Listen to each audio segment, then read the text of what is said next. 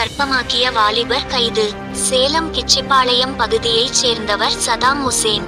வயது 28. இவர் 15 வயது சிறுமியை கட்டாயப்படுத்தி பாலியல் பலாத்காரம் செய்ததாக கூறப்படுகிறது. இதில் அந்த சிறுமி கர்ப்பமானார். சிறுமியை கர்ப்பமாக்கிய சதாம் உசேனை போக்சோ சட்டத்தின் கீழ் போலீசார் கைது செய்து விசாரித்து வருகின்றனர். நர்ஸ் வீட்டில் நகை திருடிய 2 பேர் கைது. சேலம் பள்ளப்பட்டி ராம் நகரை சேர்ந்தவர் கஸ்தூரி. இவர் தனியார் ஆஸ்பத்திரியில் நர்ஸாக வேலை பார்த்து வருகிறார். அவருடைய வீட்டில் 3 பவுன் நகை திருட்டு போனது.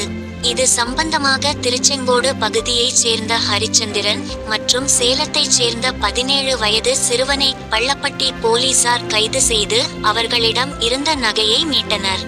அழகாபுரம் பகுதியில் பள்ளி மாணவி ரோட்டில் மயங்கி கிடந்த சம்பவம் போலீசாருக்கு தெரியவந்தது. இது குறித்து விசாரித்ததில் பள்ளி மாணவிக்கு மது ஊற்றி கொடுத்த சேலம் ராமன்குட்டை பகுதியைச் சேர்ந்த பழைய இரும்பு வியாபாரி கோவிந்தசாமி போக்சோ சட்டத்தின் கீழ் கைது செய்யப்பட்டார்.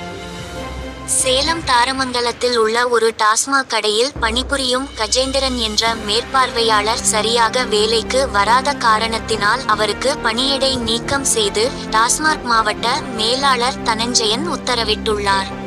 சேலம் மேற்கு கோட்ட அஞ்சல் கண்காணிப்பாளர் பார்த்திபன் வெளியிட்ட அறிக்கை. ஆதார் சேவை சிறப்பு முகாம் அனைத்து அஞ்சலகங்களிலும் ஏற்பாடு செய்யப்பட்டுள்ளது. தேசிய அஞ்சல் வாரம் கொண்டாடப்படுவதால் பொதுமக்கள் இதனை பயன்படுத்திக் கொள்ளும்படி கேட்டுக்கொள்ளப்படுகிறது. ஆத்தூர் அருகே கல்லாநத்தம் ஊராட்சியில் முட்டல் கிராமம் கல்வராயன் மலை அடிவாரத்தில் அமைந்துள்ளது. இங்கு ஆனைவாரி நீர்வீழ்ச்சி மற்றும் முட்டல் ஏரி உள்ளது. தற்போது இந்த சுற்றுவட்டார பகுதிகளில் அதிகப்படியான மழைப்பொழிவு ஏற்படுவதால் ஆனைவாரி நீர்வீழ்ச்சியில் தண்ணீர் அதிகமாக விழுகிறது. மக்கள் குடும்பத்துடன் குளித்து மகிழ்கிறார்கள்.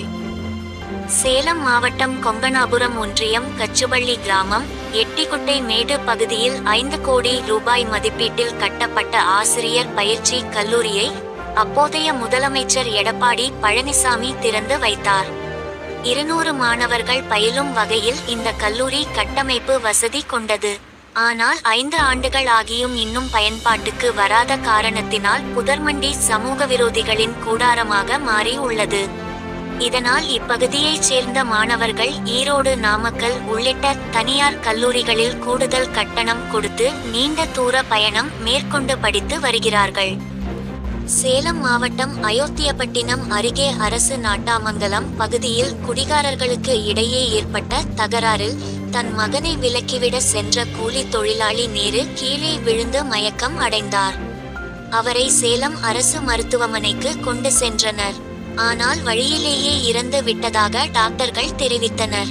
இச்சம்பவம் பற்றி காரிப்பட்டி போலீசார் விசாரித்து வருகின்றனர். சேலத்தில் விதிகளை மீறி செயல்பட்டதால் 100 மருந்து கடைகள் மீது வழக்கு. சேலம் எடப்பாடி ஏற்காடு மேட்டூர் தாரமங்கலம் சங்ககிரி ஆத்தூர் தலைவாசல் பகுதிகளில் விதிகளை மீறி செயல்பட்ட மருந்து கடைகள் மீது வழக்கு. சேலம் 5 ரோட்டிற்கு திருப்பூர் குமரன் சுழற்சாலை என பெயரிட வேண்டும்.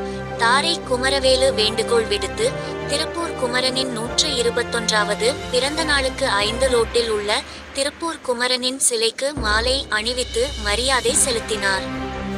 சேலம் மாவட்டத்தில் மாற்றுத்திறனாளிகளுக்கான சிறப்பு குறைதீர்க்கும் நாள் கூட்டம் வருகின்ற அக்டோபர் 10ஆம் தேதி காலை 10 மணிக்கு சேலம் மாவட்ட ஆட்சியர் அலுவலகத்தில் அறை எண் 12 இல் நடைபெற உள்ளது.